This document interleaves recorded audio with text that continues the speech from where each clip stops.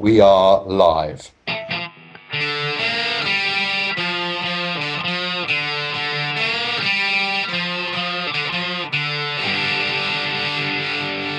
Hello and welcome to another episode of the Atomics Founder Hacks podcast. Really pleased, as always, to welcome my friends and colleagues, Mr. Alex Moore. Good afternoon, Ben. And Mr. Anthony Enright. Hello.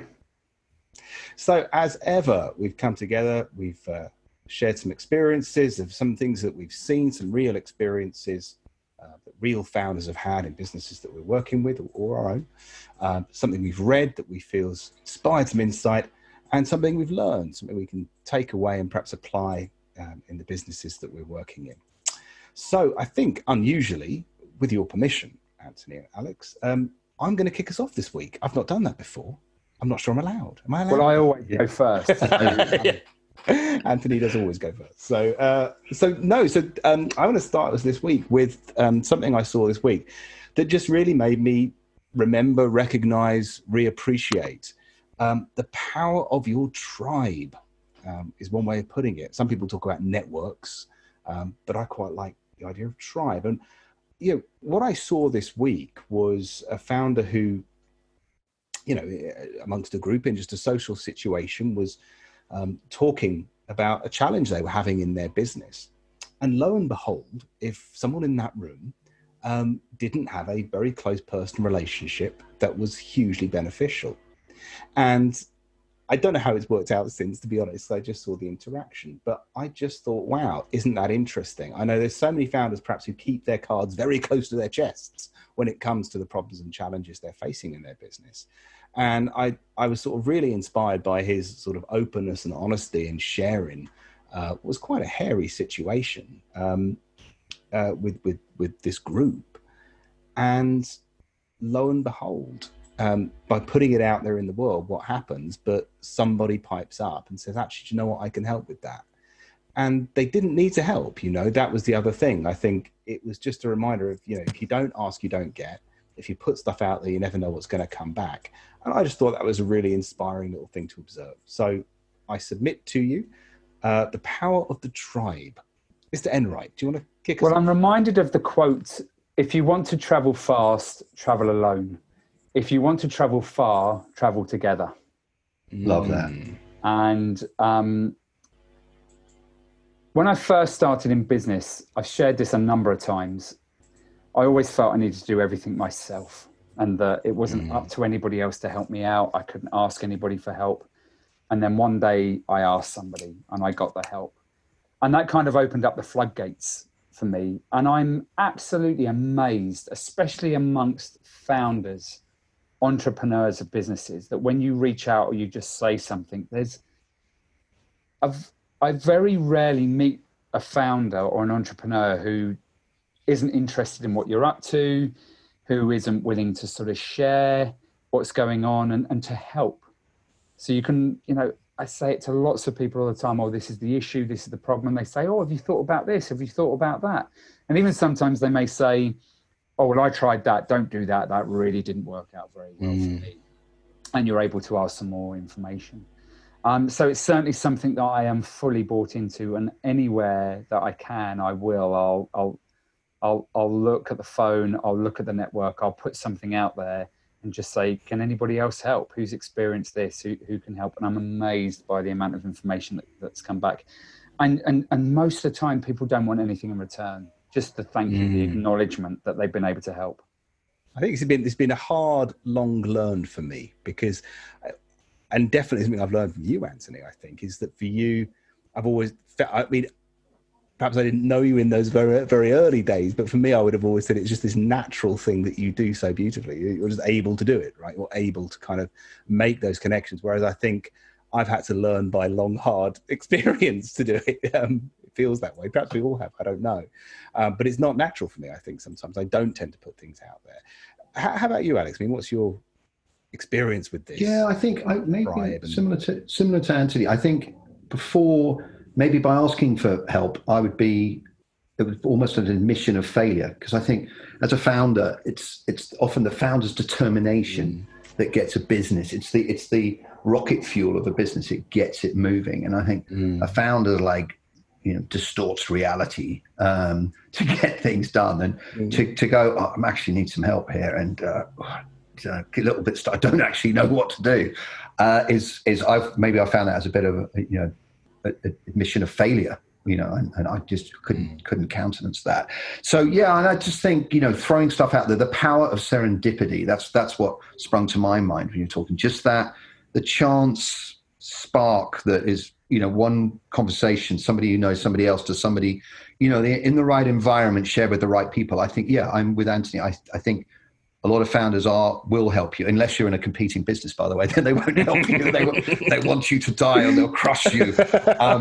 But, especially if you've got a network of like-minded people who aren't in the same industry as you. Yeah, I found mostly founders to be very good. So yeah, that thing of throwing things out there, using your tribe, using your networks, very important. So that the Reid Hoffman, one of the founders of LinkedIn, stand up and say, they were toying with a tagline for LinkedIn saying, your network is your net worth, but they thought it was too commercial. And I thought, it's very interesting. You've got potentially a big network of people to help you, and all the knowledge you need is inside there, but it's just finding it, and the part that serendipity plays. That was my Well, I was very interested as well on what Anthony said there about they often don't want anything in return. So do you guys keep score amongst your network? Is it who's done you a favor? And is there that going on? I think Alexander Moore 10, Anthony Enright 0. Very harsh. I'm sure Anthony would like to come back on that. He's making rude signs at me. For me, I'm always what goes around comes around, right? So when you're in need, somebody will help you, and when they're in need, you help them out. And if they want to buy you a pint or catch up over lunch and want to take the tab on lunch, great, lovely. But certainly where there's no expectation, I get a lot from helping people. If people are stuck and I think I might know somebody who can unstick them, I get a great kick right out of being able to just go, oh, I know this person, why don't you speak to this person? And if then you get the feedback going, thank you so much, that revolutionized what I was trying to do and it completely fixed it, that's, yeah. And as a result, I think we were looking at LinkedIn scores the other day, and you've got by far, the most out of the three of us of any contacts. I think, as a result of doing that, that's the benefit to you. You have the biggest network of all of us. So yeah, it's pretty interesting. And I'm reminded the other day, a friend of mine had an IR35 problem, and so I don't really, and he was asking me if I knew anyone. I thought, you do. So, it's probably Anthony Enright 10, Alexander Moore 0, by the way. But, I've diverted people to you, Anthony, because I know you do have that, although you're incredibly busy, you have that capacity to go out of your way to help people. And that's created this fantastic network of people. It's a really good example, actually, because your friend there was really stuck, like about to make quite a large business decision, but based on, and that's why he wanted to reach out, because he knew he didn't have enough information, but based on snippets that he'd got from the media over certain things that were happening with IR35.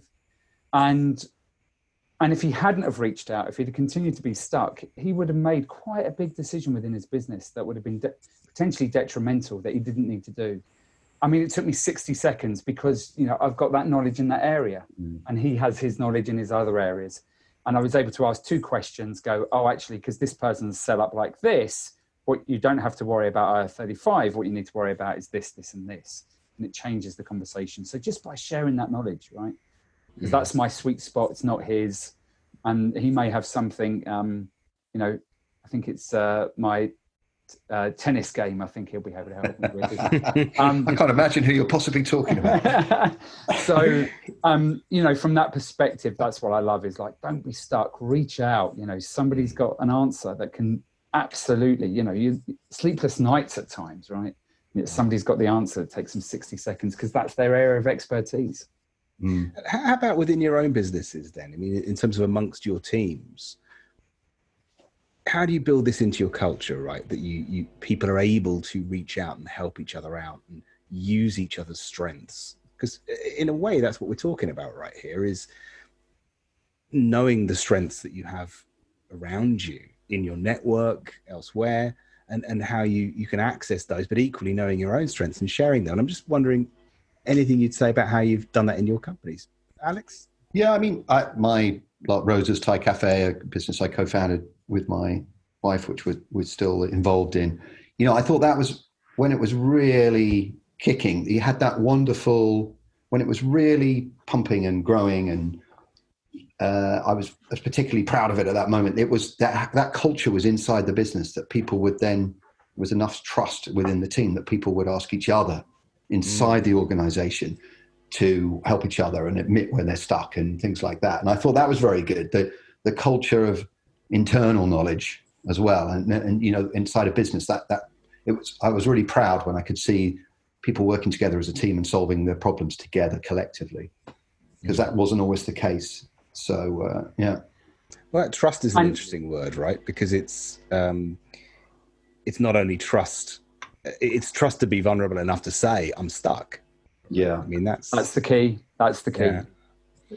Sorry, Ben, because I was going to come in there and say that for the businesses that, with my coaching hat on, is one of the first things we get them to do is do their daily check-ins, right? Their daily huddles, and then their departmental weeklies and monthlies, etc.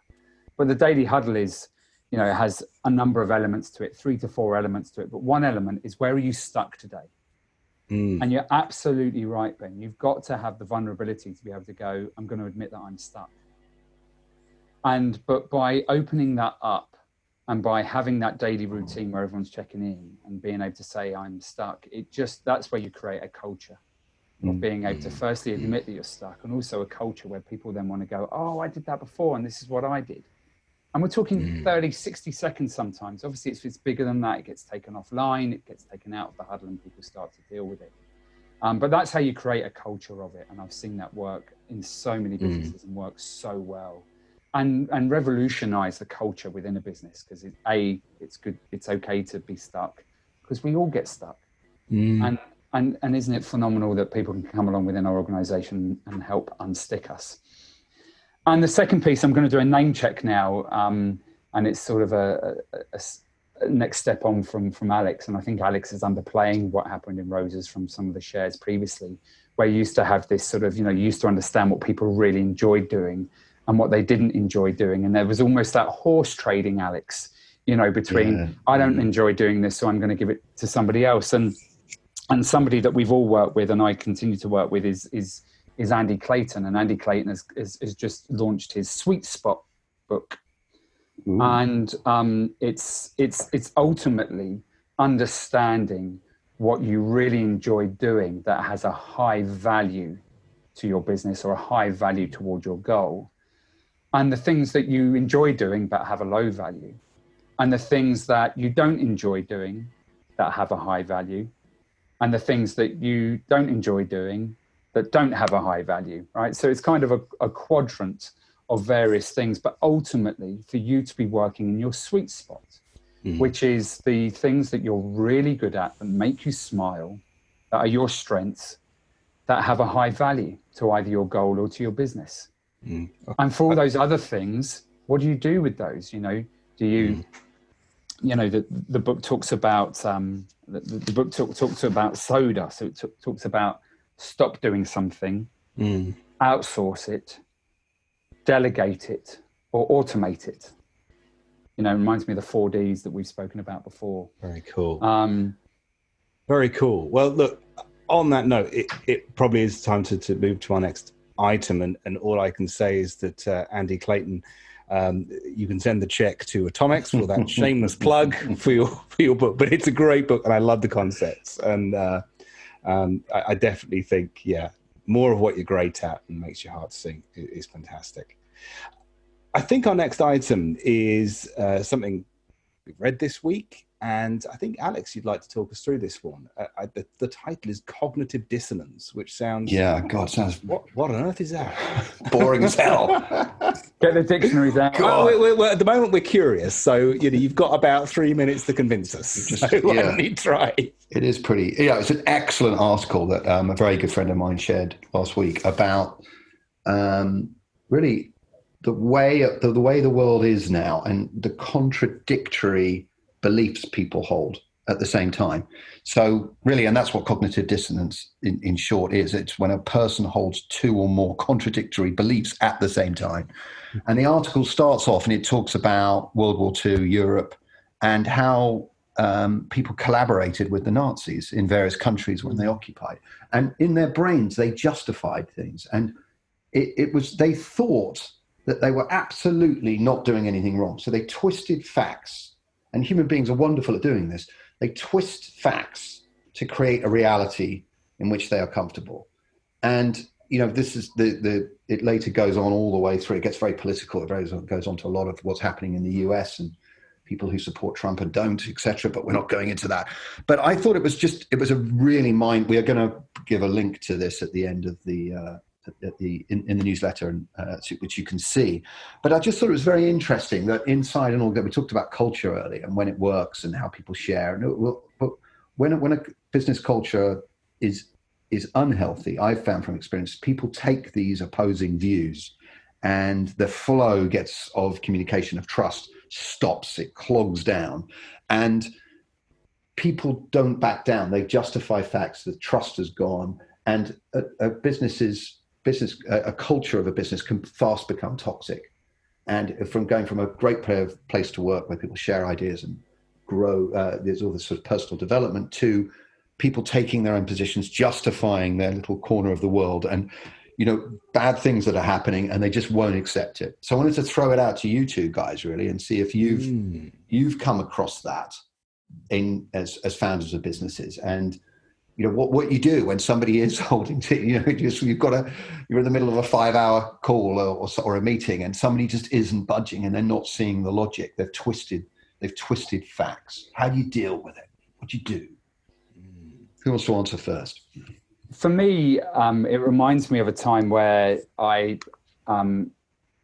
was looking to grow and scale the business quite aggressively, and I hired a consultant to come in, and I knew deep down that person didn't quite share the same values as me, but actually could give me what I was looking for in order to make that next step. The next step felt huge, and I needed help with it. And I hadn't met anyone else that I felt could guide me on that way, even though we weren't aligned with our values. And to cut a very long story short, what happened is, as we came toward the end of that relationship, is they had colluded with one other person within the business and were basically looking at setting up their own business in complete competition to us. And when it all came out, is they really didn't think they'd done anything wrong. And they really were quite brazen and very direct about, well, this is business. We haven't done anything wrong. But the fact that they'd been in and contacted our clients, taken our database, those sorts of things. And it just struck me that it was, be careful who you surround yourself with, right? Because what happened is, if that consultant had just been one individual, it wouldn't have been that. And actually, it wasn't that damaging in the end to the business. However, it could have been. But if that individual was just on their own, it would have just petered out. But because they found somebody that kind of aligned with them, and then all of a sudden started to justify little things along the way, they encouraged each other to be bad, right? Mm. And they justified it to themselves. And you can imagine the conversations about being in the pub afterwards and all those sorts of things about justifying this thing. And so for me, it's about understanding that you can absolutely you can justify anything to yourself. But also be careful who you surround yourself with, because if you surround yourself with the wrong people, that's what can happen, is you can start to justify that you're not doing anything wrong, that that actually what you're doing is perfectly acceptable, where to the outside world it really isn't. Mm. I mean, it's a fascinating concept, right? And I suspect at first reading you go, it's quite an alien concept, the idea that you can hold two contradictory ideas in your head at the same time. I think an interesting thing, and I'm reflecting on it now, is thinking about times where perhaps I've done that, or I've ended up in a situation of cognitive dissonance. I wonder how common or rare that is, actually. Because I think, I mean, sort of reflecting on stories I've heard from founders, I think it can be something that founders suffer from themselves quite a lot. Because I think as a founder, you do have to hold contradictory ideas in your head at the same time. And, you know, what I'm thinking of now, for example, is I think we all hold, you know, that we always want to be very good to our people all the time, and we want our business to be commercially successful, and if our people aren't good enough, we will replace them with people who are.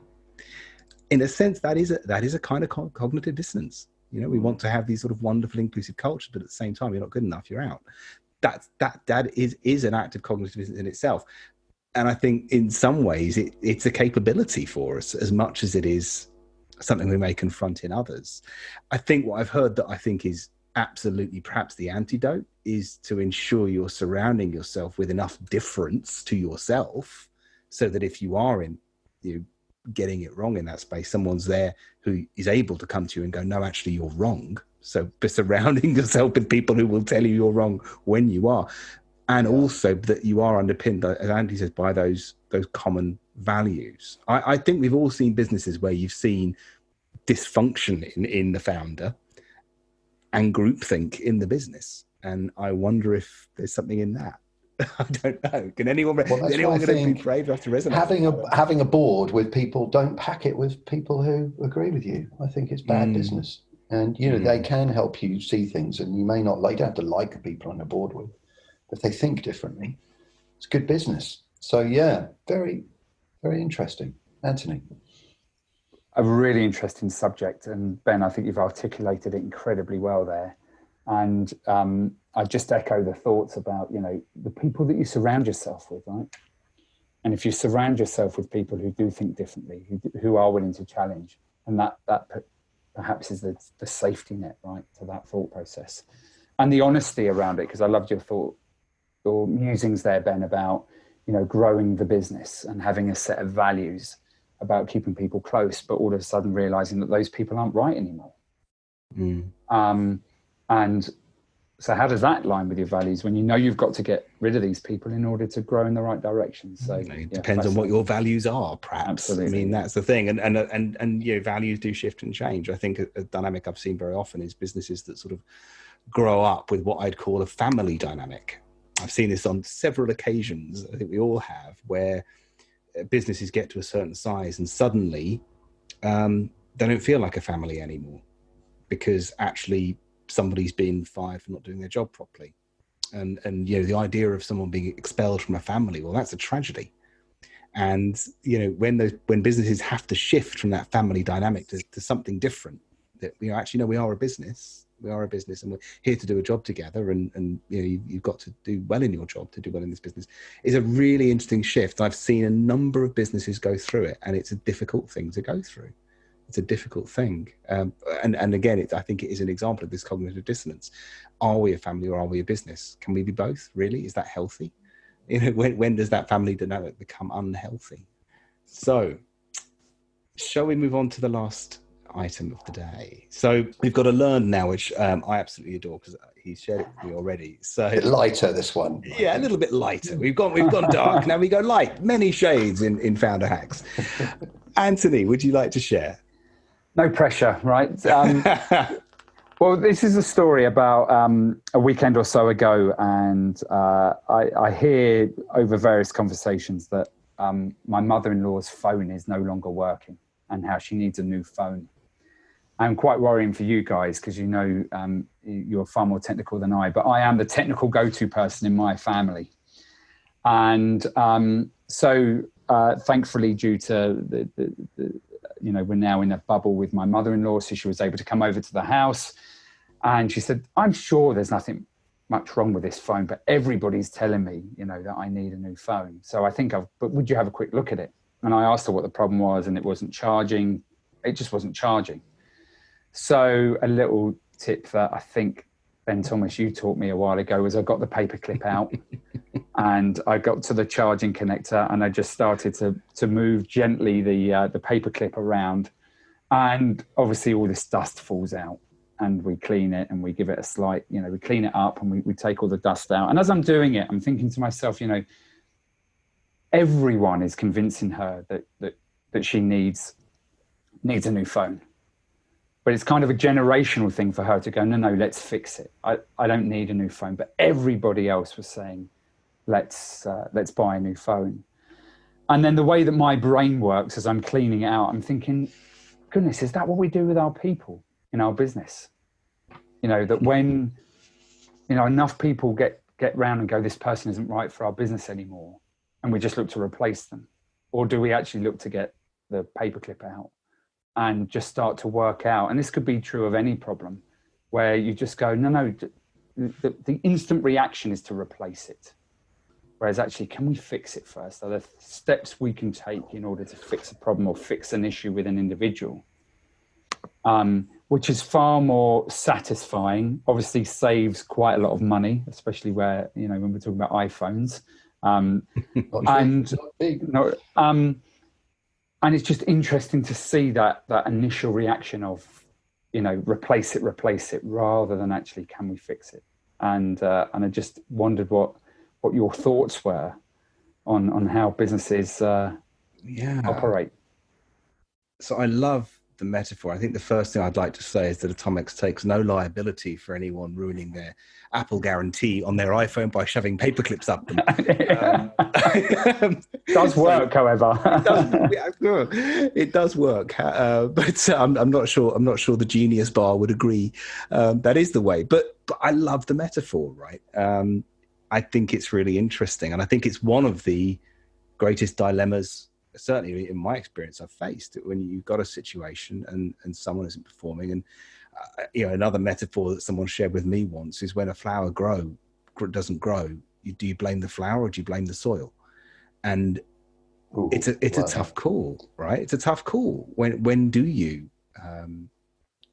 how far do you go to support somebody's development and transition if they're not performing, and where do you draw that line? And again, all of these entrepreneurial cliches that were thrown at us was fire quick and hire slow and fire quick and all this stuff.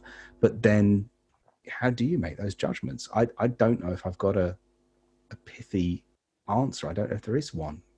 Alex, have you got the silver bullet for this? We talked about no, but maybe I think the key to, I love this story because it made us all chuckle. Yeah, we have to talk about that. It's just what things that happen in our lives, and there's wisdom all over inside seemingly small things, and this little thing that everyone can emphasize was a great story. I think the key here was it was such a simple fix. It was such a simple thing. So maybe the answer is, if it's a simple fix, it's worth fixing. If it isn't, then maybe it isn't. Maybe if you had to take the damn phone apart, if you had to go and find parts from 3 previous phones and stitch them together and spend 180 quid on it, it's probably not your answer, is it? But if it's get a paperclip out and shove it in, and and maybe as a founder, if it is simple, if it is just something you're missing, and great. But if there's something complicated and you've tried your hardest, and maybe you got to pluck the flower out. I don't know. Maybe we should also say Atomics can take no liability for sticking paperclips in people either. I haven't done that one yet. I love this, and I do in my very early days when I used to have a little IT consulting business, and people would phone up and say, I've got a problem with my computer, and I'd say, well, and they'd say, what would it cost to fix? And I said, well, it starts at 0 and then it goes up to the price of a new computer. and there's probably a little bit of money to spend to find out which end of that spectrum you're on. But Anthony, what were you going to say to come back to Alex there? I just think I think too often, and I've seen it too often in organizations where it's just that replace attitude.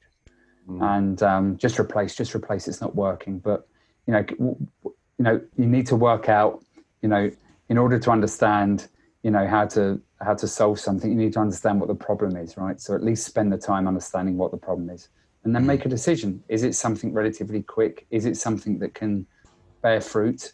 And go do it. And if it isn't, then don't. But just take that time to, look at the phone, ask what the question is, ask what isn't working. I need a new phone. Why? Because it's not working. Okay, what's not working about the phone? It won't charge and I can't plug any headphones in. Oh, okay.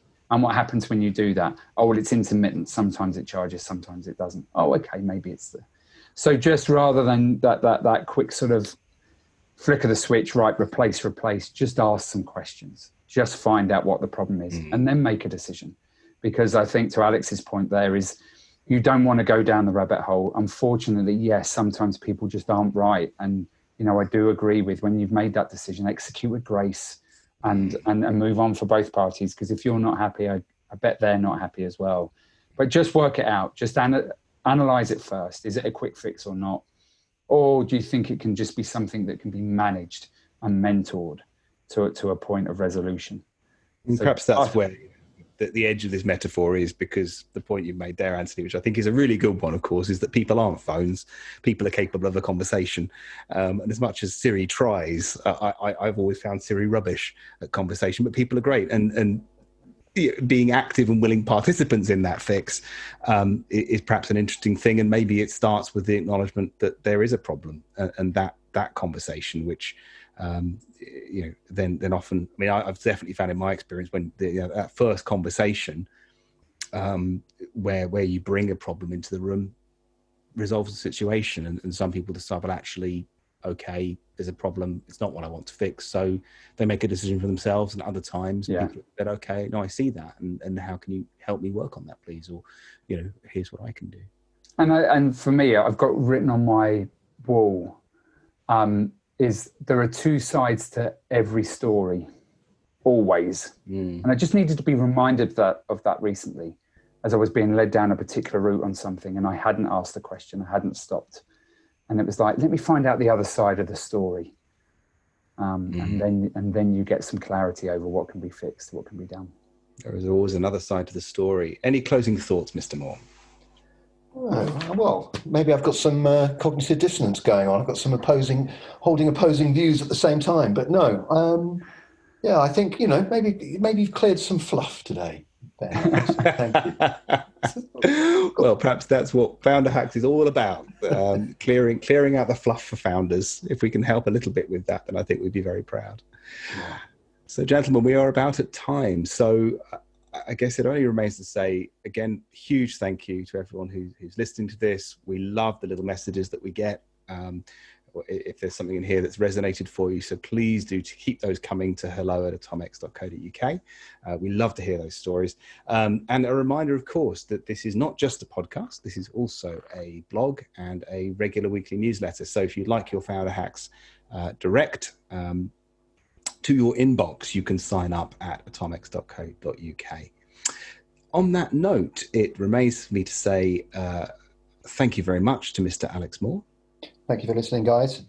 And thank you very much to Mr. Anthony Enright. Thank you. I've been Ben Thomas. We are Atomex, and this has been Founder Hacks. Thank you very much indeed for listening.